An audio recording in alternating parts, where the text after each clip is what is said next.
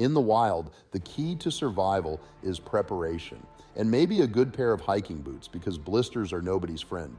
Prepping isn't just about hoarding supplies, it's about being ready for anything life throws your way, even if it's just a surprise visit from your in-laws. From natural disasters to unexpected emergencies, the importance of being a prepper cannot be overstated. Trust me, you don't want to be the one asking, "Where's the flashlight?" in the dark. Or worse, using your phone's flashlight and draining the battery. In this video, we're diving deep into the top 10 mistakes new preppers make, and more importantly, how to avoid them.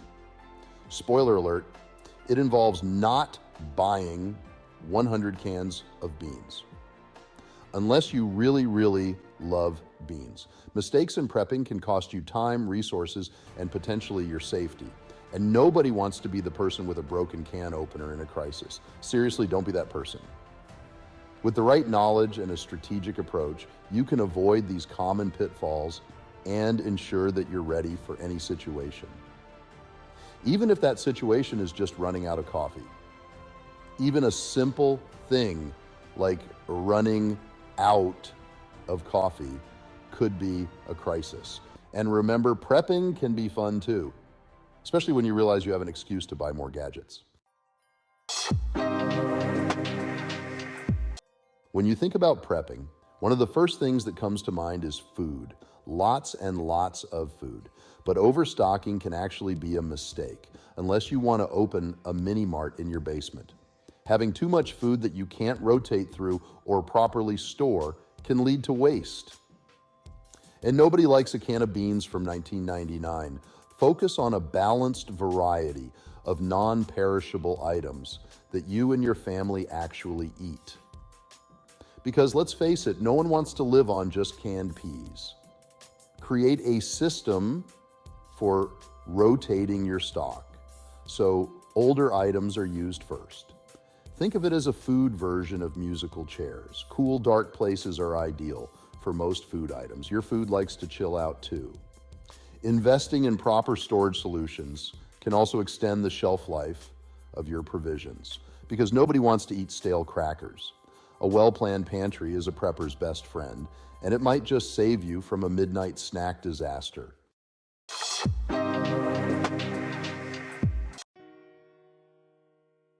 One of the biggest mistakes new preppers make is focusing too much on one area, like food or water, while neglecting others. It's like bringing a fork to a soup party. A balanced prep is essential. Think of it as a well-rounded diet, but for survival.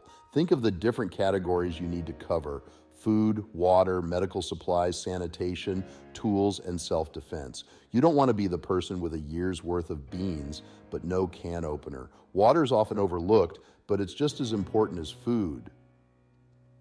You can't exactly wash down those beans with air. Medical supplies are another critical area, because a Band-Aid won't fix everything. Stock up on items like soap, hand sanitizer, and toilet paper. Trust me, you don't want to be caught in a crisis without TP.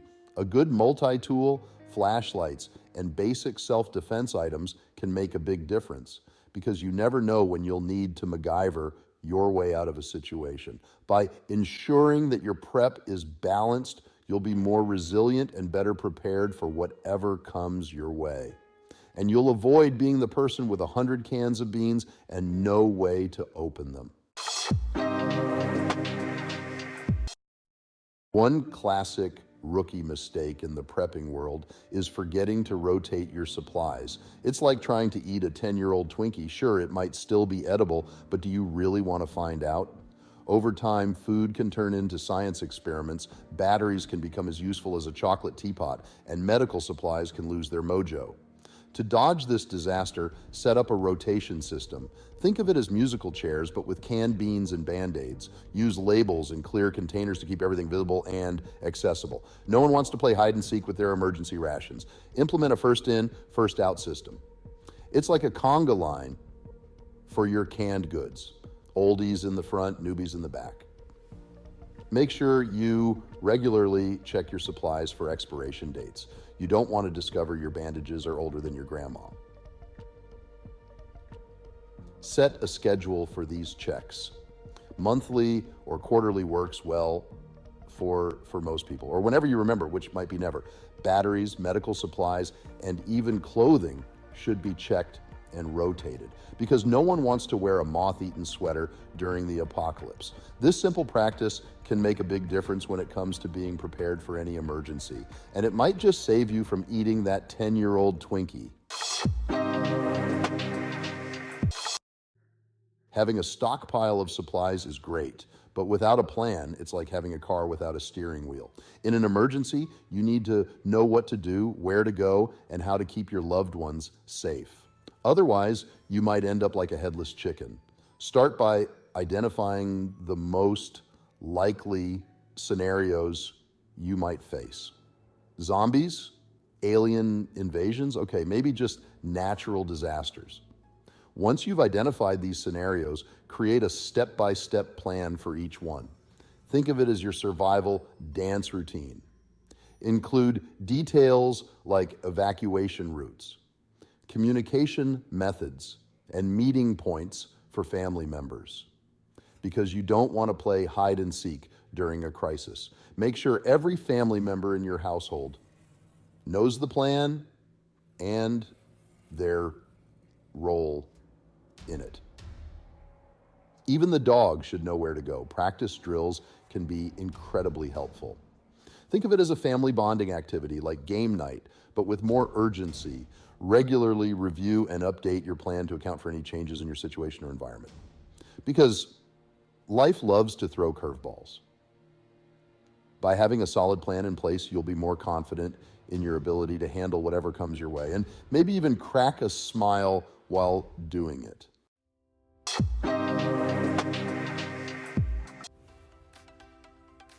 In the wild, physical fitness can mean the difference between life and, well, a very embarrassing story. One of the most overlooked aspects of being prepared is maintaining physical fitness.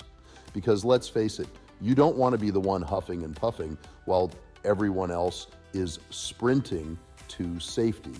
In an emergency situation, you may need to walk long distances, carry heavy loads, or perform physically demanding tasks. And no, carrying your groceries from the car doesn't count. Start by incorporating regular exercise into your routine. Your future self will thank you, and so will your knees. Focus on building strength, endurance, and flexibility. Think of it as training for the world's most intense game of hide and seek.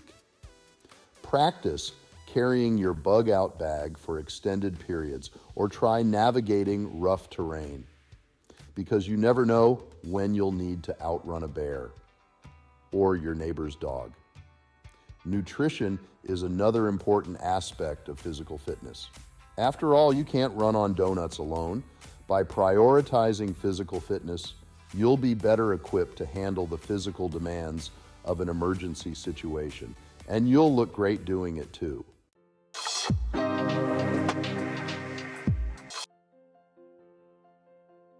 When prepping, it's easy to focus on your own needs and forget about the unique needs of your family members. After all, who needs a happy family when you have a bunker full of canned beans, right? Each person in your household has different requirements, whether it's dietary restrictions, medical needs, or personal preferences. And no, your teenager's need for Wi-Fi doesn't count. Start by making a list of each family member's specific needs. Yes, even Uncle Bob's obsession with pickles. Pets are also part of the family, so don't forget to include their needs as well, because Fido won't be happy with just your leftover MREs. Sit down with your family and discuss your prepping plans. Try not to scare the kids too much with tales of zombie apocalypses. Make sure everyone understands their role and what to do in different scenarios, even if that role is just to stay out of the way. Consider creating individual emergency kits for each family member, because sharing is caring, but not when it comes to survival gear.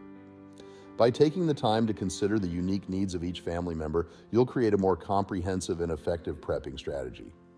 And maybe, just maybe, avoid a family mutiny. In the modern world, we rely on technology like it's our lifeline, from texting our BFFs to finding the nearest coffee shop. But in an emergency, technology can betray us faster than a bad Wi-Fi connection, leaving you in a pickle if you don't have a backup plan. Imagine the horror of a dead phone during a blackout. No memes, no maps, just pure panic. Let's avoid that, shall we? Keep paper maps and a compass handy. Yes, like the ones pirates used, and jot down important phone numbers. Your phone isn't invincible. Hand crank or battery-operated radios are lifesavers for emergency broadcasts. Plus, cranking a radio is a great arm workout. Walkie-talkies are perfect for short-range communication. Think of them as the original group chat, but with more static. Make hard copies of important documents, because when tech fails, paper is your new best friend. By having non-tech backups for critical tasks, you'll be the hero of your own survival story, even when technology decides to take a nap.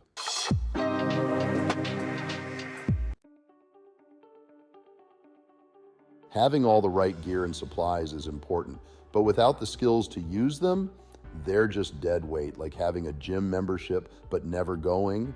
One of the most common mistakes new preppers make is not practicing the skills they'll need in an emergency. It's like buying a fancy new gadget and never reading the manual.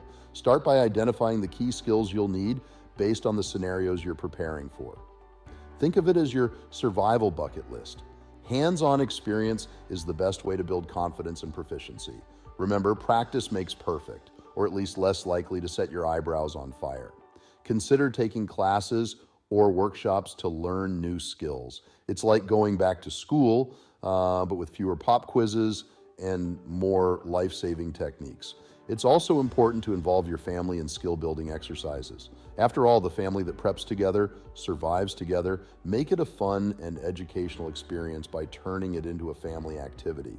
Who knew survival skills could be the next family game night? By regularly practicing the skills you'll need in an emergency, you'll be better prepared to handle whatever comes your way, and maybe even impress your friends at the next BBQ.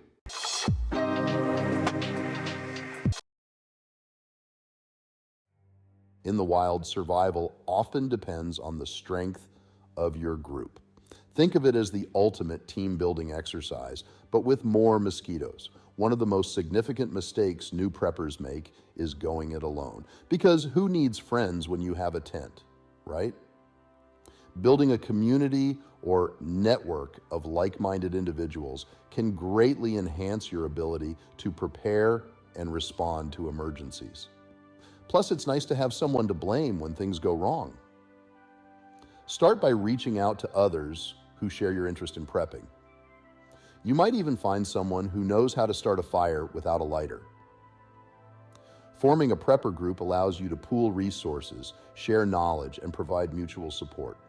And let's be honest, it's more fun to argue about the best bug-out bag with friends. Community involvement also extends to your local area, because nothing says prepared like a well-organized neighborhood barbecue. Get to know your neighbors and build relationships with them. You never know who might have a secret stash of canned beans. By building a strong community, you'll create a support system that enhances your ability to prepare for and respond to emergencies. And hey, if the world doesn't end, at least you'll have some new friends.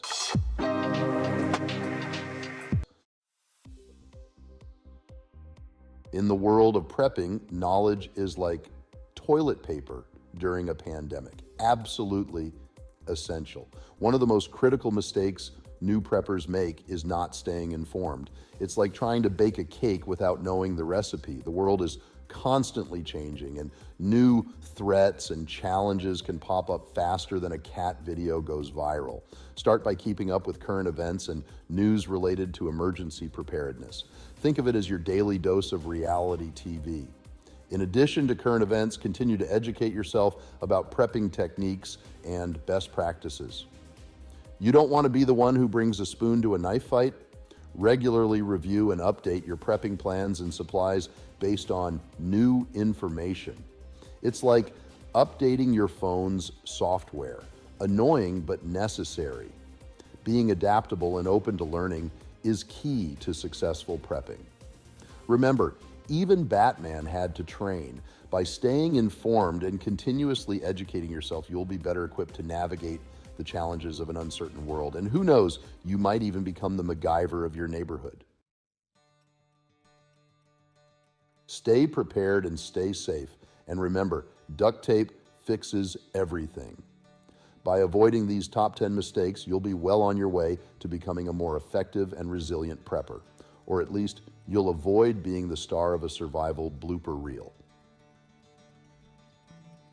Remember, prepping isn't just about having the right supplies. It's about having the right mindset and skills to use them effectively. And maybe a bit of luck finding that one lost sock. If you found this video helpful, be sure to like, comment, and subscribe for more survival videos and insights. Because who doesn't love a good prepping tip with their morning coffee? Make sure you go over to survivalcavefood.com and check out all of our delicious survival foods. We have a full line of canned meats and chef-inspired freeze-dried meals. And we are offering free shipping with a big sale right now.